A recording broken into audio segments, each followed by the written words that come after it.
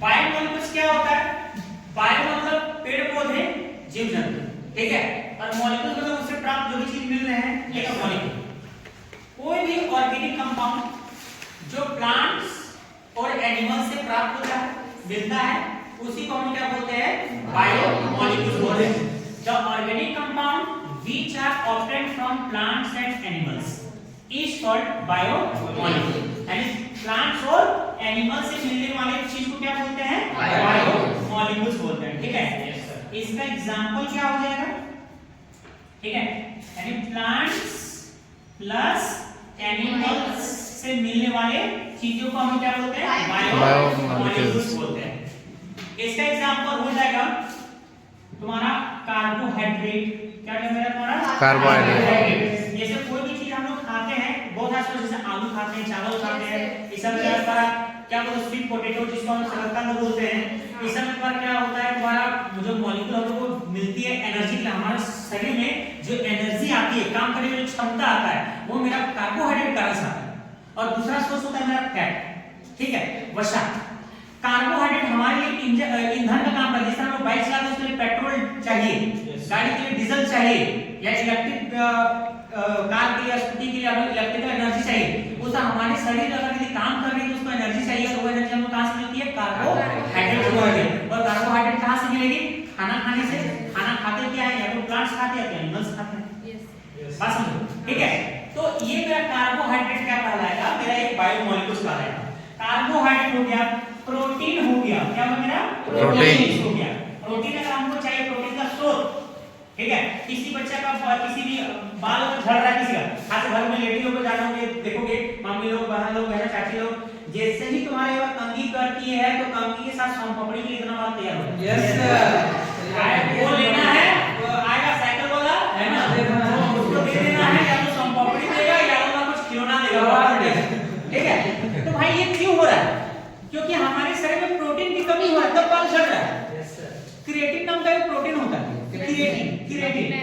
Creatine नाम का एक प्रोटीन होता है, जिसकी कमी से हमारे बालों में क्या होता है? तुम्हारा मतलब उसका जो लेयर होता है वो पतला होता है, तो ब्रेक होने लगता है और जिसके कारण बाल झड़ जाते हैं, ठीक है, टूट जाती है, ठीक है।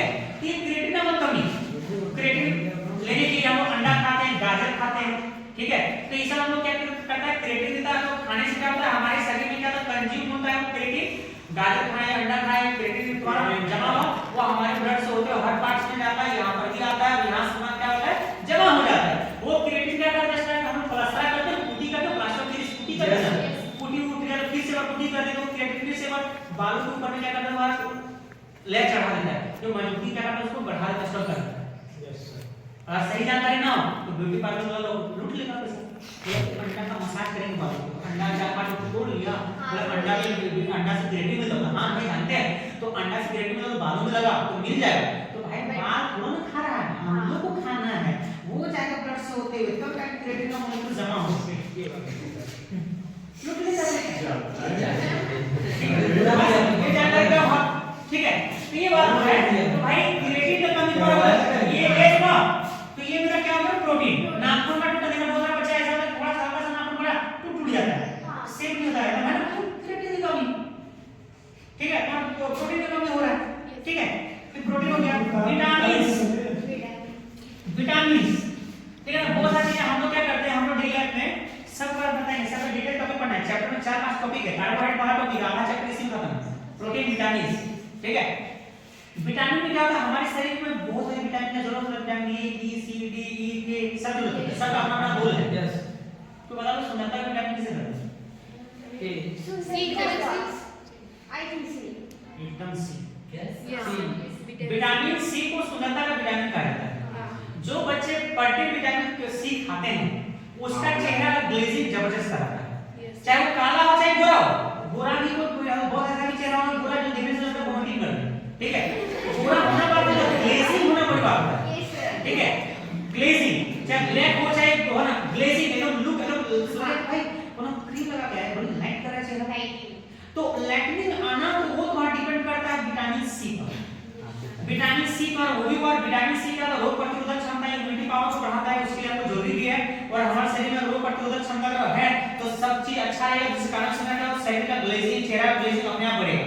जो बर्थडे खट्टा चीज खाता है या तो नींबू या संतरा ऐसा जो बर्थडे लेता है। और हम लोग देखा गया कि हमने देखा साउथ इंडियन जो तुम्हारा आदमी लोग तुम्हारा रहता है काला ही क्यों ना देना बस चमक मारता है। वहां की लड़की लोग हीरोइन लोग बहुत ज्यादा सुंदर होती है in comparison of North India. Reason क्या है सर? खट्टा चीज हमेशा खाता बर्थडे, इडली सांभर डोसा जो भी खाता है खट्टा चीज खाता बर्थडे, विटामिन सी का मतलब बहुत प्रचुर है। और हम लोग क्या बोलते हैं खट्टा चीज खाने कोई बताओ एक समय कोई फोन के अंदर नींबू खाया हो नहीं एक बार खाया कहां से नींबू पड़े विटामिन सी का खासियत है बात सुनो क्यों हम इसको विटामिन सी के अंदर हम लोग क्यों नहीं कंज्यूम कर पाते हम लोग खाएं थोड़ा सा बोले एक दिन खाएं 3-4 दिन देख लेगा लेकिन सबको पता है कि विटामिन सी खाने पर विटामिन सी शरीर में पानी में घुल जाता है जितना बार टॉयलेट करे उतना विटामिन सी बाहर निकल जाता है। तो बढ़ते बार दिन में 4 बार टॉयलेट इंसान किया तो 4 बार विटामिन सी पानी घुल के चल गई बाहर निकल गया तो शरीर में रहा क्या एक दिन खत्म हो गया। अगर तुम 10 दिन तक टॉयलेट नहीं करो विटामिन सी रहता इतना बेसिक या फिर पढ़ के चैप्टर क्या फायदा होगा डेली आपकी यूजली और फायदा क्या होगा ठीक है। इसलिए बाबा विटामिन सी दिया जाता है सुंदर बात है हम लोग को यार हम सब जानते हैं लेकिन आलसी इंसान ऐसा है कि खुद हम मास्टर हम ही जानते हैं हम नहीं खाते क्या बोले खास बात सुंदरता के लोग है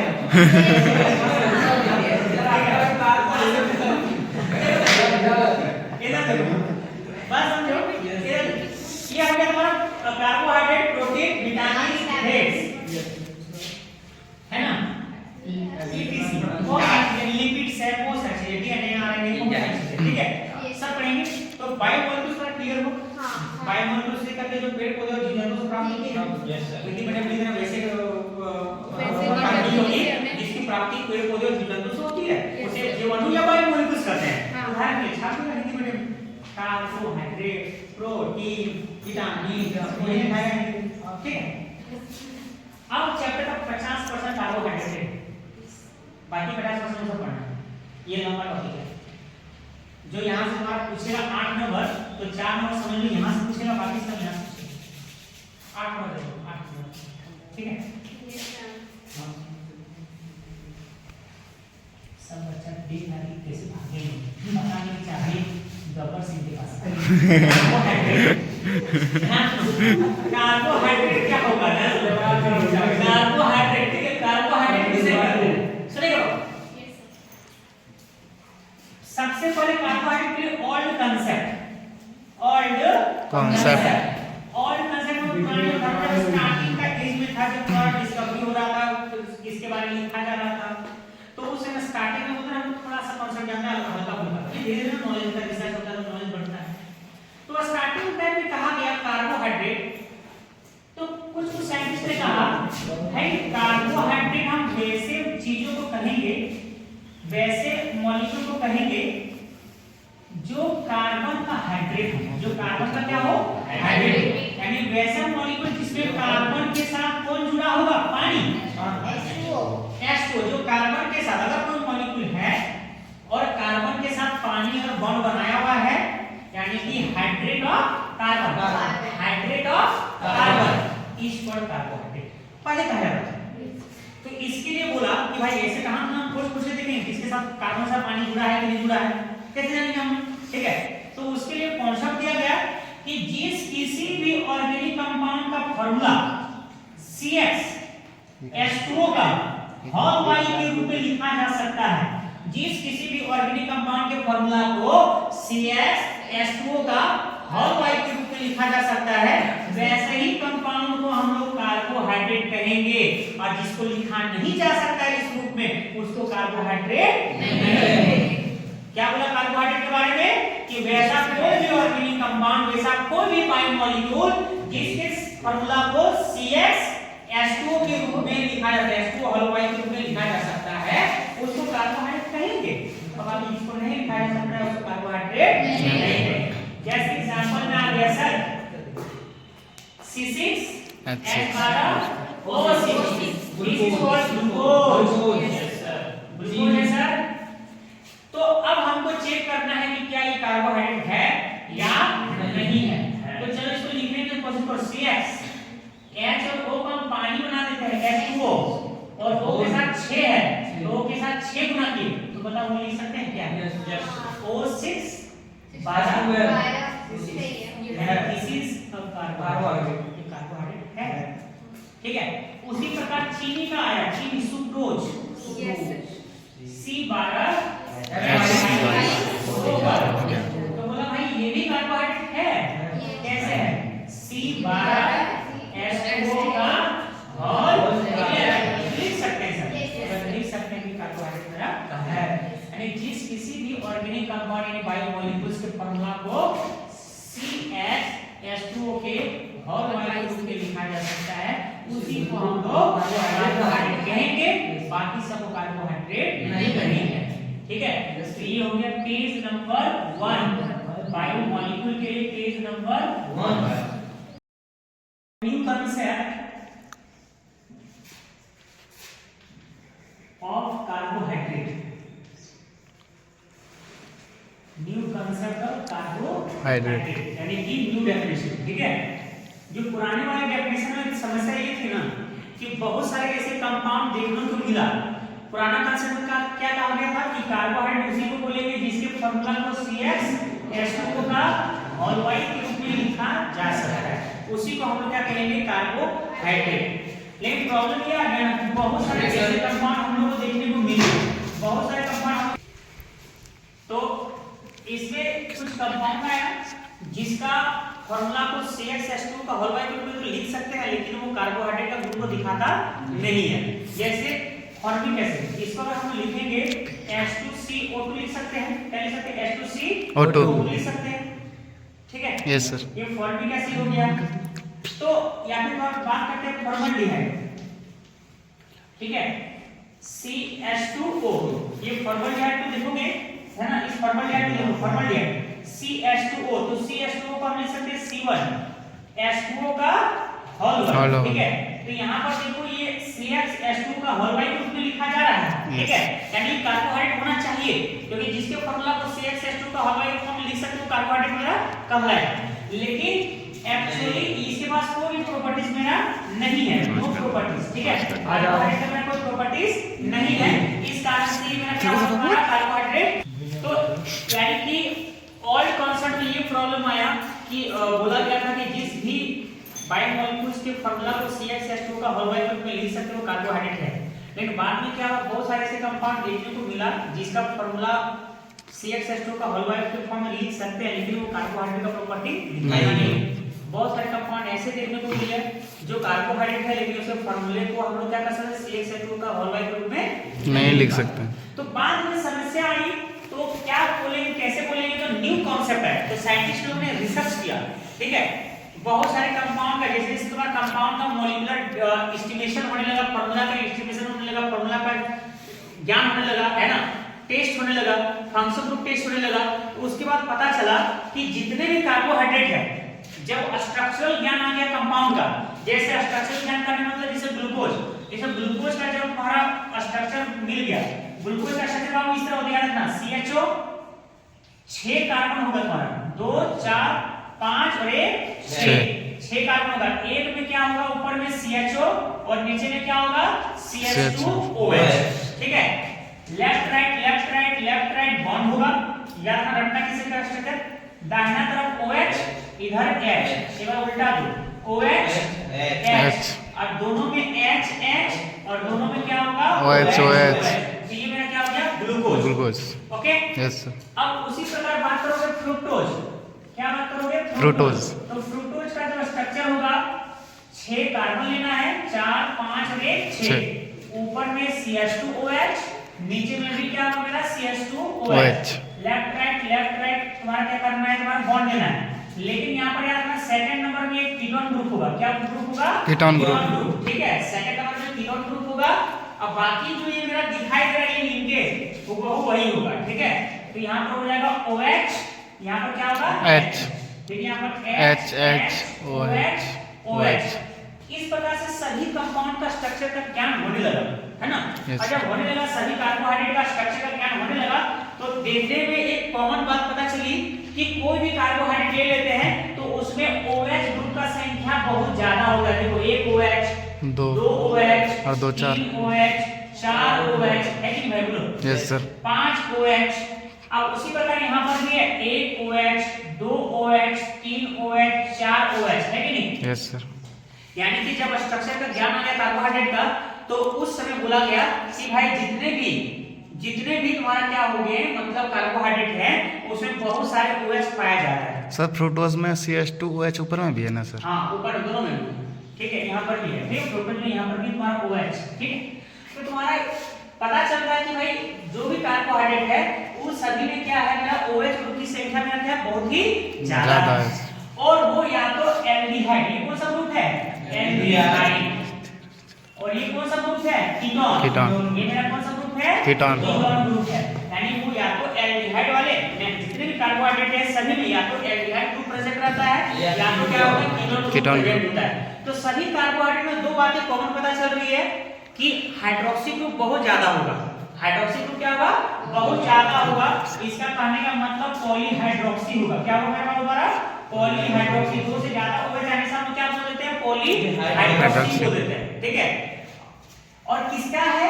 एल्डिहाइड या कीटोन का कंपाउंड है, तो इसको हम लोग बोलते हैं डेरिवेटिव ऑफ एल्डिहाइड। क्या बोलते हैं उसको? Derivative of aldehyde.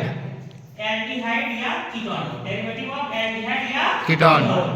तो बाद में साइंटिस्टों ने नया परिभाषा दिया और बोला कि कार्बोहाइड्रेट मेरा पॉलीहाइड्रोक्सी डेरिवेटिव होता है। क्या होता है मेरा? Polyhydroxy derivative. डेरिवेटिव होता है किसका? एल्डिहाइड या फिर कीटोन का। एल्डिहाइड का या कीटोन का।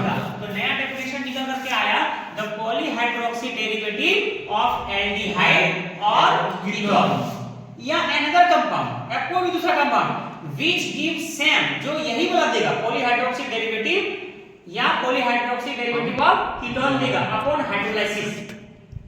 बात समझ ना? परिभाषा क्या है? पॉलीहाइड्रोक्सी डेरिवेटिव ऑफ एल्डिहाइड या पॉलीहाइड्रोक्सी डेरिवेटिव ऑफ कीटोन या कोई दूसरा कंपाउंड और another compound which gives same, जो यही बोला देगा अपॉन हाइड्रोलाइसिस। हाइड्रोलाइसिस करने पर यही देगा इज कॉल्ड कार्बोहाइड्रेट। तो कार्बोहाइड्रेट का मेरा वो डेफिनेशन मेरा नया निकल करके आया। क्या निकल करके आया? तो हम यहाँ बोल सकते हैं polyhydroxy derivative, polyhydroxy derivative of aldehyde और कीटोन और another compound which give same upon hydrolysis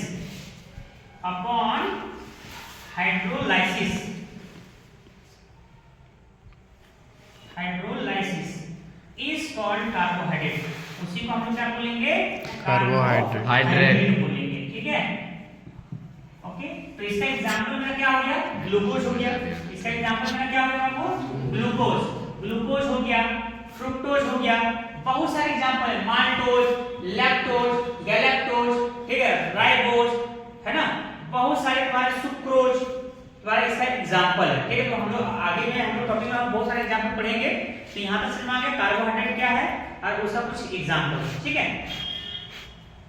page number 1 है classification of carbohydrate. Next topic है क्लासिफिकेशन ऑफ कार्बोहाइड्रेट। कार्बोहाइड्रेट का क्लासिफिकेशन, ठीक है। क्लासिफिकेशन कार्बोहाइड्रेट का हम लोग देखना है। सबसे पहला है on the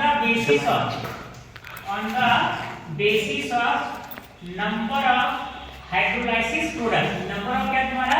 hydrolysis product. Hydrolysis product के आधार पर हम लोग क्या करना है? क्लासिफिकेशन को देखना है। फर्स्ट क्लासिफिकेशन है on the basis of number of hydrolysis product. एकदम याद रखो। और सबसे पहली बात तो समझ लो, यहाँ पर लिख देते हैं 2025 में ये क्वेश्चन आ रहा है, इस टॉपिक से पूछना है। गारंटी है आएगा, ऑब्जेक्टिव भी आएगा, सब्जेक्टिव भी आएगा, ठीक है। बहुत important topic. On the basis of number of hydrolysis product. Hydrolysis product के आधार पर। ये हाइड्रोलाइसिस प्रोडक्ट क्या होता है सर? जब कोई भी कार्बोहाइड्रेट को अगर हम लोग पानी में डालते हैं और वो ब्रेक कर जाती है तो उसको बोलते हैं हाइड्रोलाइसिस। उसको क्या बोलते हैं हम लोग? हाइड्रोलाइसिस, यानी टूटना। पानी के साथ क्या होगा? थोड़ा टूटना, ठीक है। तो तो यहाँ पर मेरे पास चांसेस है, ध्यान सुनो, मेरे पास चांसेस है, मान लो अगर ये सब स्टीम में कार्बोहाइड्रेट है, पानी में अगर हम लोग डाल दे रहे हैं, ऐड कर दे रहे पानी में, तो पहला चांस है कि ये ना टूटे, पहला चांस है कि मेरा ये टूटे ना, दूसरा चांस है कि मेरा वो दो भागों में टूट जाए, तीसरा चांस है कि तीन भागों में टूट जाए, चार भागों में टूट जाए, 5 6 7 8 9 10 फिर पानी में मिल जाए, टूट जाए, ठीक है, वो तो भागों टूटेगा, और जब टूटेगा तो कोई न्यू प्रोडक्ट बनाए, क्या बनाएगा मेरा न्यू प्रोडक्ट बनाए, ठीक है। Yes sir. तो उसी के आधार पर मेरे यहाँ पर क्लासिफिकेशन हुआ, तो इसमें सबसे पहला जो क्लासिफिकेशन मेरा आएगा वो मेरा आएगा मोनोसैकेराइड, क्या आएगा मेरा मोनोसैकेराइड आएगा, ठीक है, मोनोसैकेराइड, सैकेराइड कार्बोहाइड्रेट का अनदर नाम है, दूसरा नाम है सैकेराइड, ठीक है। तो मोनोसैकेराइड किसको बोलते हैं, मोनो मतलब जिसको पानी में डाले और पर एक का एक ही रहा, मतलब टूटा नहीं, ब्रेक नहीं किया, ठीक है, उसी को क्या बोलते हैं मोनोसैकेराइड। तो बोलेंगे the carbohydrate,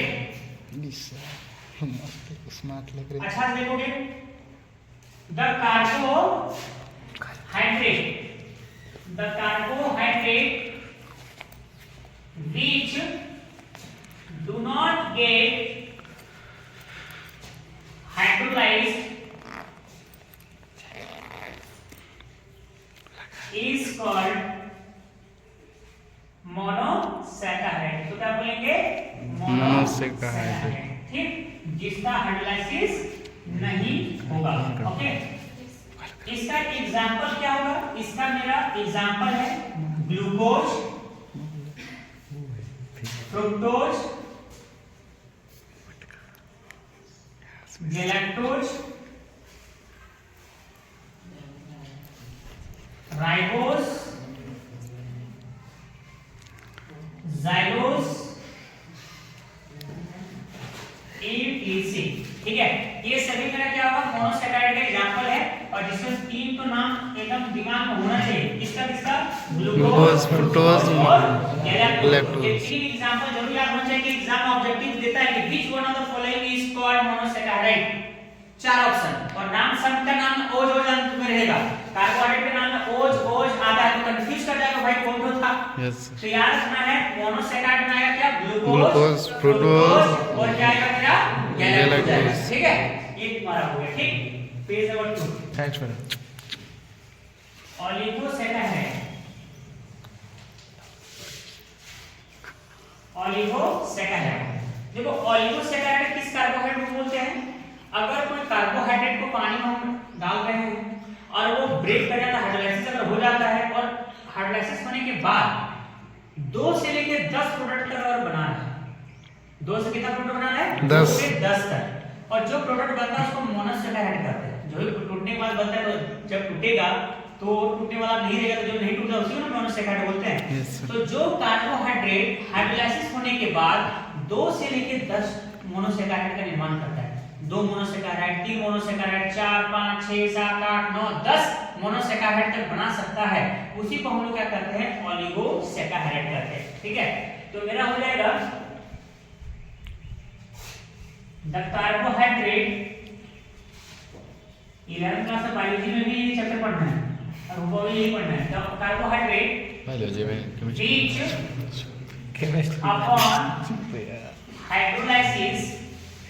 which upon hydrolysis produces 2 to 10 monosaccharide, 2 to 10 monosaccharide is called oligosaccharide, उसी को हम क्या बोलेंगे, ओलिगोसैकेराइड बोलेंगे, ओलिगोसैकेराइड, ओके। अब इसका एग्जांपल क्या होगा सर, सबसे पहले इसका एग्जांपल है सुक्रोज, चीनी, ठीक है, सुक्रोज का फॉर्मूला होता है C12H22O12, ठीक है, C12H22O11।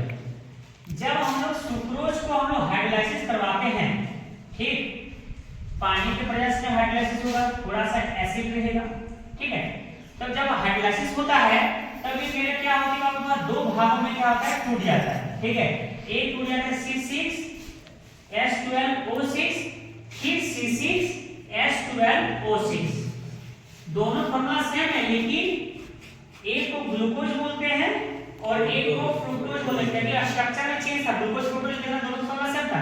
स्टार्टिंग में बनाए थे तो एक में एल्डिहाइड ग्रुप था, इसके बाद एल्डिहाइड ग्रुप होगा, इसके बाद क्या होगा कीटोन ग्रुप होगा सर। ठीक है। तो यानी सुक्रोज का जब हाइड्रोलाइसिस करते हैं तो मेरा क्या बनता है, ग्लूकोज बनता है और क्या बनता है मेरा फ्रुक्टोज बनता है। अब उसी तरह माल्टोज, माल्टोज का भी फार्मूला क्या है, C12H22O11 है। ठीक है, बोले सर फार्मूला सेम है, फार्मूला सेम है लेकिन वही जो OH और H का जो बॉन्ड था ना वो लेफ्ट राइट होने के कारण से नाम क्या हो जाता है मेरा चेंज हो जाता है, थोड़ा चेंजेस है। ठीक है, माल्टोज C12H22O11 प्लस वाटर है और जब इसमें हम लोग एसिड डाल देते हैं तो ये क्या होता है यहाँ पर आके बॉन्ड उसको क्या करता है हाइड्रोलाइसिस करता है, तोड़ देता है। तो मेरा बन जाता है C6H12O11 अरे C6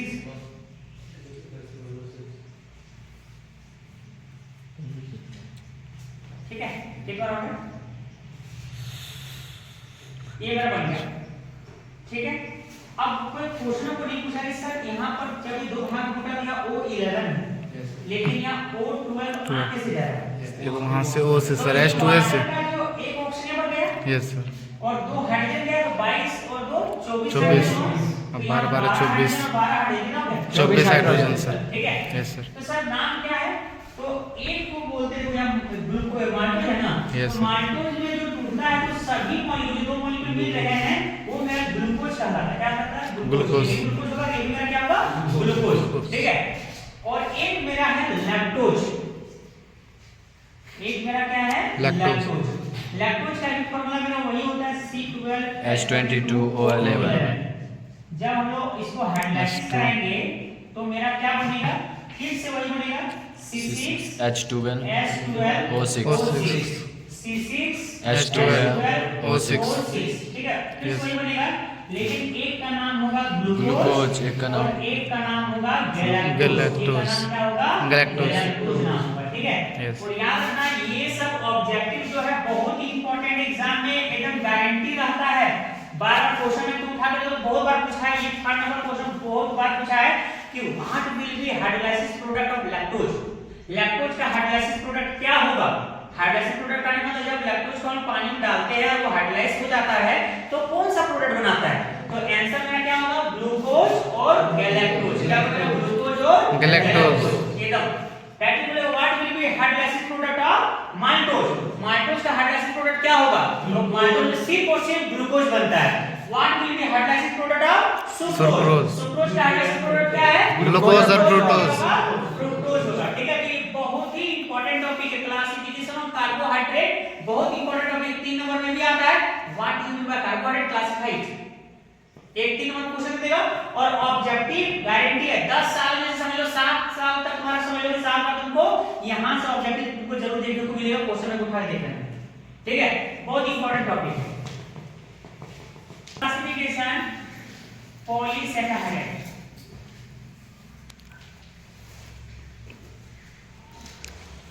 पॉलीसैकेराइड जान सुनो, पॉलीसैकेराइड किसे कहते हैं, अगर तुम्हारा क्या हो रहा है कोई भी कार्बोहाइड्रेट है अगर उसका हम हाइड्रोलाइसिस कर रहे हैं और हाइड्रोलाइसिस होने के बाद मोर देन 10 कितना हमारा मोर देन 10 अगर 10 से ज्यादा मेरा क्या हो रहा है मोनोसैकेराइड का अगर निर्माण हो रहा है तो वैसे कार्बोहाइड्रेट को हम क्या बोलते हैं पॉलीसैकेराइड। क्या बोलते हैं लोग, पॉलीसैकेराइड। ठीक है, तो बोलेंगे द कार्बोहाइड्रेट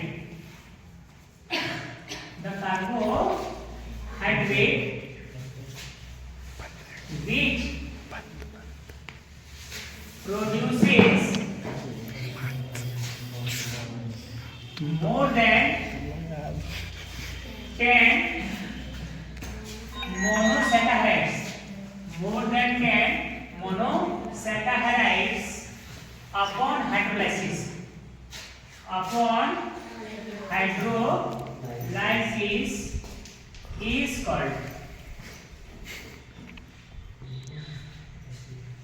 is called क्या, Polysaccharide। is called Saccharide। ठीक है, जो क्या करेगा मोर देन 10 निर्माण निर्माण करेगा। और इसमें सबसे अच्छा एग्जांपल सबसे पहला है स्टार्च। क्या तुम्हारा स्टार्च। स्टार्च का फॉर्मूला क्या होगा? उस बहुत सारे जन गलती करते हैं लिखने में, तो उसके लिए ट्रिक बता रहे हैं। तुम लोग ग्लूकोज का फॉर्मूला तो सब लोग रट के रखा होगा। Yes, sir. 6 ये होता है ना? Yes, sir. इसमें से वो पानी लॉस कर दो। एक पानी लॉस करेंगे मतलब वो पानी मतलब H2O लॉस करेंगे। Yes, sir. यानी दो को H लॉस करेंगे और एक O लॉस करेंगे। दो को H लॉस कर देंगे, यहाँ पर 10 बचा और यहाँ पर क्या बचा? 5 बचा। इसका हॉलैंड कर दो, इसी पर स्टार्च करते हैं। वाह, बहुत बढ़िया फॉर्मूला है। ठीक है, यानी ग्लूकोज में वो पानी हटा दो, तो H हटा दो, वो हटा दो और हॉलैंड कर दो, ये हो गया स्टार्च का फॉर्मूला। ठीक है? Yes sir. 12 में 2 घटेगा। हाँ हो तो जाएगा हाइड्रोजन एक ऑक्सीजन। Oxygen 2O। अब जब इसको हम लोग हाइड्रोलाइसिस करेंगे, सही बात। जब इसको हम लोग हाइड्रोलाइसिस करेंगे तो ये आपकी इसको क्या करेगा? ब्रेक करेगा। Yes sir. तो मेरा क्या बन जाएगा? H12O। ठीक है, तो आगे तरफ क्या कर देंगे? N, और इसको क्या बोलते हैं? ग्लूकोज। क्या बोलते हैं सब लोग? ग्लूकोज। अब इसी तरह एग्जांपल तुम्हारा और भी होगा। Starch, cellulose. क्या होता है तुम्हारा? सेलुलोज। और क्या होता है? जिलेटिन। क्या होता है तुम्हारा? जिलेटिन। ठीक है, तो सब तुम्हारा वही रिएक्शन कहलाएगा, बनेगा भी वही ग्लूकोज। ठीक है, सेलुलोज जानते हो, जो प्लांट्स का जो सेल वॉल बनता है, कोशिका भित्ति जो पेड़ों का छाल बोलते हैं, वो सेलुलोज का होता है। ठीक है, जिलेटिन हम लोग जानते हैं कि जिस तरह पेड़ पौधों में भोजन को स्टोर करने के लिए स्टार्च होती है। ठीक है, उसी प्रकार हम लोग का शरीर में एक होता है ग्लाइकोजन। क्या कहा हुआ देखो? ग्लाइकोजन। ग्लाइकोजन, इसी को एनिमल स्टार्च भी कहा जाता है। क्या कहा जाता है? Animal starch. तो सब मेरा एग्जांपल होगा किसका? पॉलीसैकेराइड। किसका एग्जांपल होगा? पॉलीसैकेराइड। ठीक है, उम्मीद है समझ में आ गया होगा। Yes sir. Chemical reaction of glucose.